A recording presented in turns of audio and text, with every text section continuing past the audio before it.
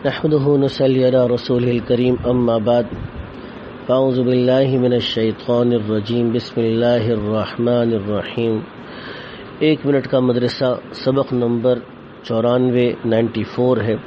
نماز کا ترجمہ یاد کر رہے تھے۔ نماز میں قاعدہ اخیرہ میں تشہد درود شریف کے بعد دعا پڑھتے ہیں، اس کی دعا چل رہی تھی۔ وَلَا يَغْفِرُ الذُّنُوبَ إِلَّا أَنْتَ، اور نہیں کوئی گناہوں کو معاف کر سکتا سوائے آپ کے۔ فاغفر لی، پس آپ مجھے بخش دیں، معاف کر دیں۔ مغفرتاً، خاص بخشش کے ساتھ، من عندک، اپنے پاس سے۔ مغفرتاً، خاص بخشش کے ساتھ، من عندک، اپنے پاس سے۔ سنتوں کا بیان، وضو کی سنتیں چل رہی تھی اور اس کو 3 بار دھونا۔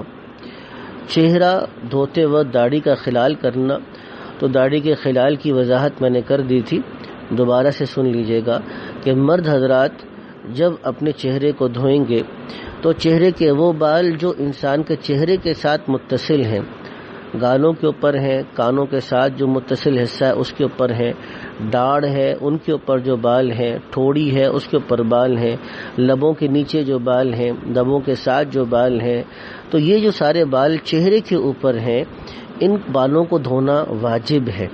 یہ سارے بالوں کو دھویا جائے گا، ان بالوں کا خلال نہیں کیا جاتا۔ اور اگر داڑھی کے بال باریک ہوں کہ اندر کی کھال نظر آتی ہے تو پھر تو پانی کو کھال تک پہنچانا اور کھال کو دھونا بھی لازم ہوگا۔ اور نیچے کے جو بال لٹک رہے ہوتے ہیں ان بالوں کا خلال ہوتا ہے، اس مسئلے کو سمجھ لیں۔ ہاتھوں اور پیروں کو دھوتے وقت انگلیوں کا خلال کرنا تاکہ اچھی طریقے سے انگلیوں کے درمیان میں پانی پہنچ جائے۔ بڑے بڑے گناہ جو بغیر توبہ کے معاف نہیں ہوتے، اور ایک گناہ بھی اوپر سے نیچے گرا دینے یعنی جنت سے جہنم میں لے جانے کے لیے کافی ہے، مگر اللہ تعالیٰ جس پر فضل فرمائے۔ کسی دنیاوی رنج کی وجہ سے اپنے مسلمان بھائی سے 3 دن سے زیادہ بولنا چھوڑ دینا، کسی جاندار کی تصویر کا بنانا، جو بھی ہارڈ کاپی ہے کسی جاندار کی، وہ بالاتفاق تصویر ہے، چاہے وہ ڈیجیٹل کیمرے سے لی جائے یا کسی بھی چیز سے لی جائے، لیکن جب اس کی ہارڈ کاپی بنا لی جائے گی تو پھر وہ تصویر ہے، بالاتفاق ہے، اس میں کسی کا کوئی اختلاف نہیں ہے۔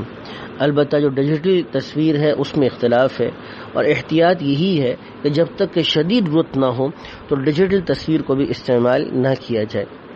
کسی کی زمین پر موروثی کا دعویٰ کرنا، یعنی زمین کسی اور کی ہو اور آدمی یہ دعویٰ کر دے کہ یہ تو مجھے اپنے والدین کی طرف سے ملی ہے، زمین میری ہے، تو جھوٹا دعویٰ کر کے کسی کی زمین پہ قبضہ کر لینا، چاہے وہ اپنا بھائی ہو، اپنی بہن ہو، وراثت میں مال ملا تھا بہنوں کا اور اس کے اوپر دعویٰ کر کے قبضہ کر لیا کہ یہ ثابت کر دیا کہ میری ہی زمین تھی، والد صاحب نے مجھے زندگی میں دے دی تھی، تو یہ سارا کا سارا بہت بڑا گناہ کبیرہ ہے۔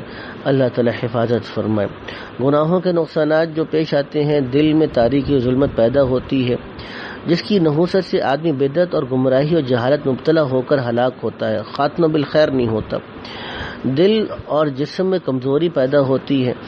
دل کی کمزوری یہ ہے کہ نیک کاموں کی ہمت گھٹتے گھٹتے بالکل ختم ہو جاتی ہے، اور دل کی کمزوری کا اثر جسم پر پڑتا ہے، جس سے جسم بھی کمزور ہو جاتا ہے۔